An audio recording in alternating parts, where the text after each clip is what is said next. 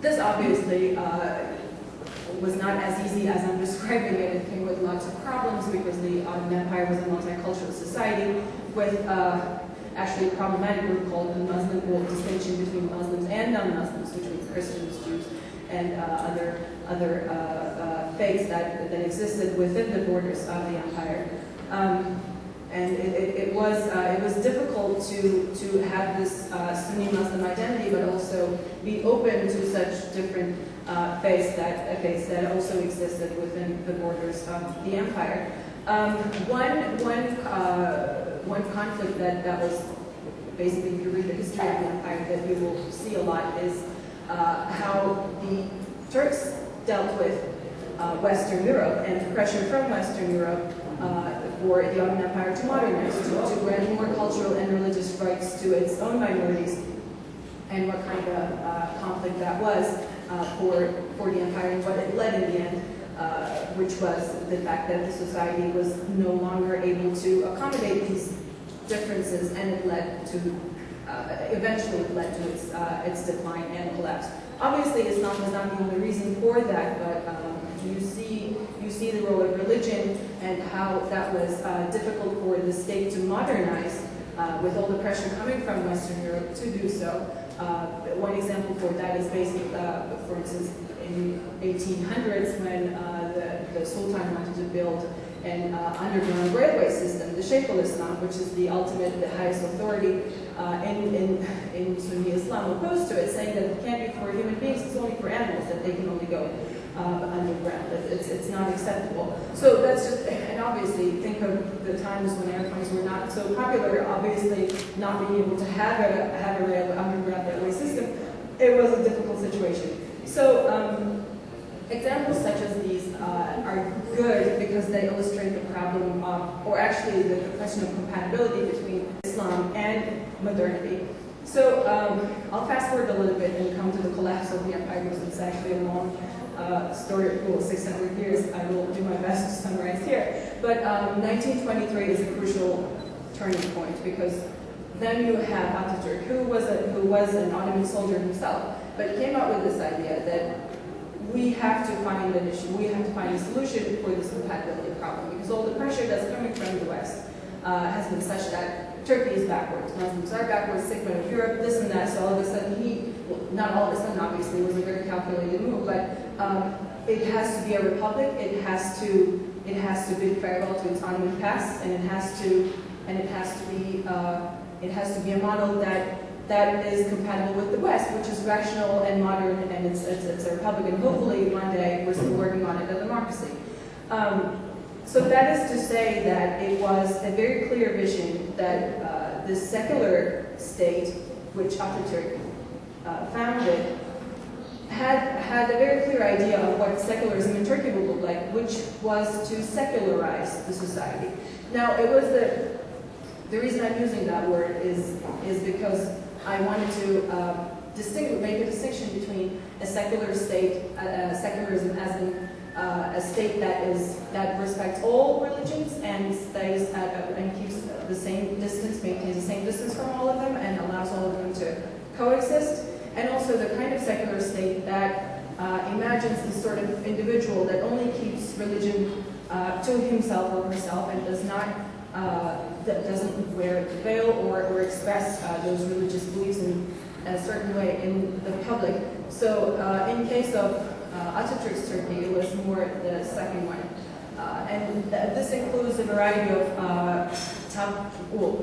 it includes a variety of reforms which aim to, for instance, changing of the alphabet from Arabic to the Latin alphabet. That basically meant that the generations to come, they wouldn't be able to read the Quran because it is written in Arabic. Basically, closure of religious schools and madrasas, that means that it would be much more difficult for people who wanted to study Islam. It would be more difficult for them to just go and study. Establishment of the Director of Religious Affairs under state control, that was another move. That meant that religion was, the state was going to be in charge of the way religion was lived and experienced in society. So in a way, it had very clear-cut rules.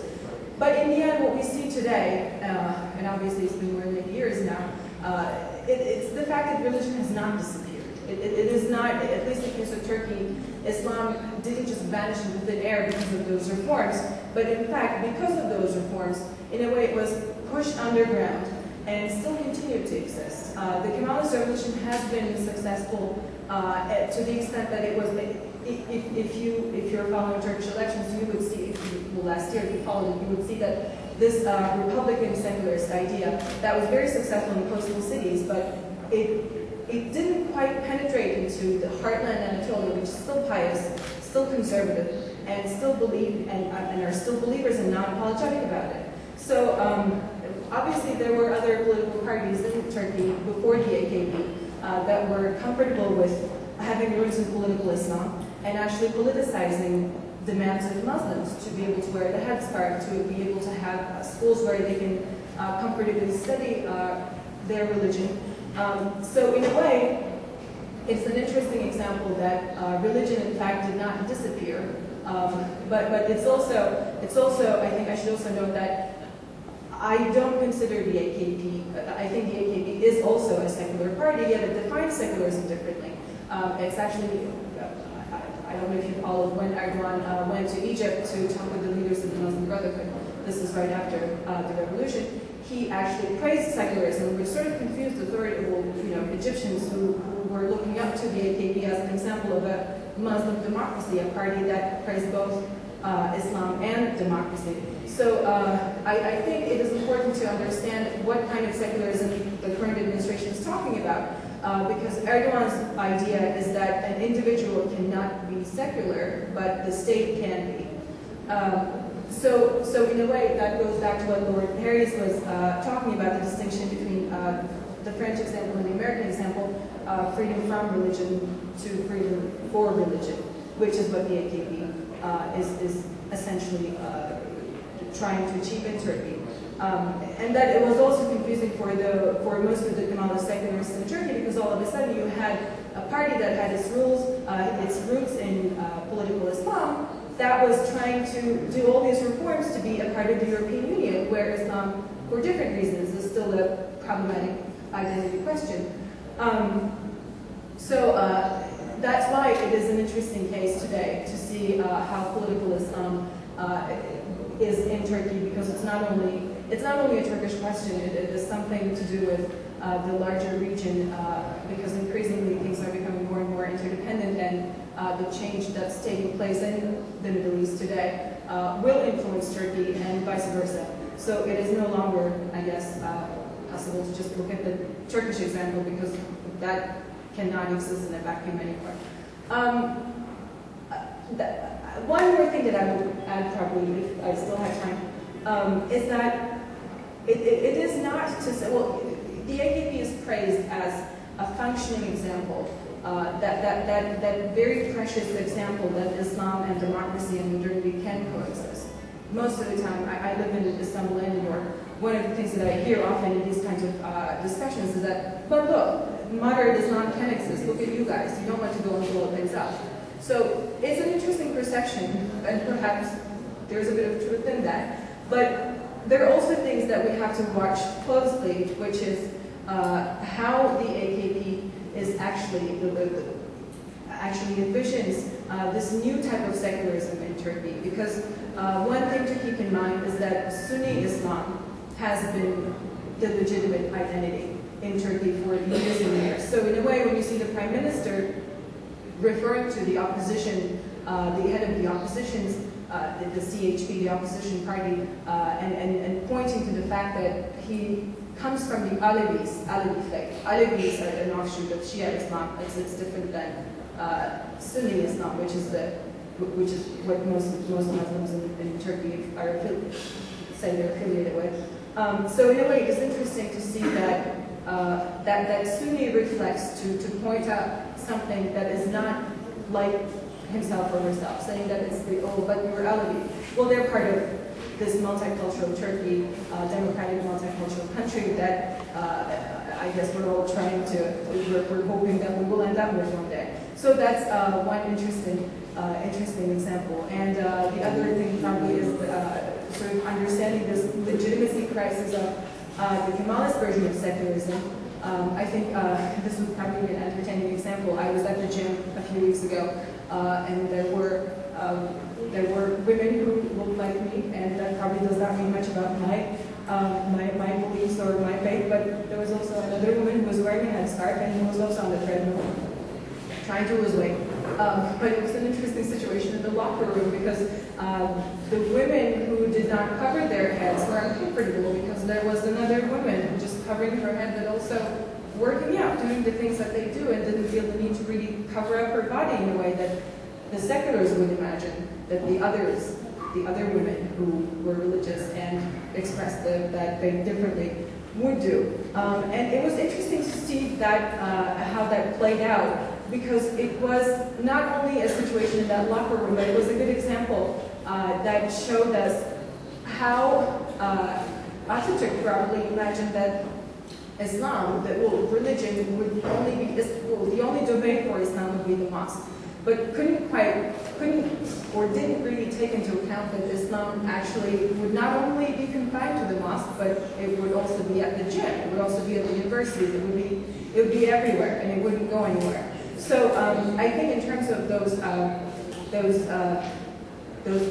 seemingly conflicting aspects of religion in Turkish society, I think it is an interesting example that will continue to, I think, be so as long as Turkey will be at that interesting place where modernity, where we still have this ongoing experiment with Islam and modernism, and in light of the changes in the Middle East, what it will mean for Turkish modernity itself. That I don't think we have an answer for. It's another crystal ball question, but I think it is an interesting example to keep an eye on. Actually, we don't know our religious history as good as we should. Actually, neither recent nor modern nor medieval. It has its reasons, but still it's a kind of a task to face, and I'm very glad to give the word now to my colleague Nadia, who will basically do this part of this task. I suppose, who is the head of the Black Sea and Caucasus Studies Institute at Ilia State University, and also very well-known political commentator, political scientist, also civil society leader. So, thanks a lot. Because as Giga said, we don't know our religious history. I will focus more on the recent 20 years, which I just personally remember, in terms of religious developments. In general, I will focus on the interrelation between democratization and the role of religion. I think we in Georgia have two problems now, I would say. One is Russia and another is democracy. We cannot do anything about Russia, basically, but we can do a lot about democracy, so we should focus on that. So that's why I'm quite preoccupied with that topic. And our democratization process is quite complex and controversial, but the role of the church makes it even more complex than it would have been otherwise. Of course, in that context, the Georgian context, I think, or rather the Georgian case reminds us how complex also the concept of secularism and secularization is. As Giga mentioned, I would maybe strengthen what he said, that the classical understanding of secularization as a social science hypothesis is more or less dead, one could say, or falsified. And so now more scholars speak about desecularization than secularization. But it doesn't mean that we can drop secularization and secularism. I don't think we can do that either. We have just to rethink what secularism or secularization mean, because it does mean something. And I think we still struggle in Georgia with regard to understanding what it may mean in the Georgian context. I think, before I move to that, I want to remind everybody that secularization actually means two separate things.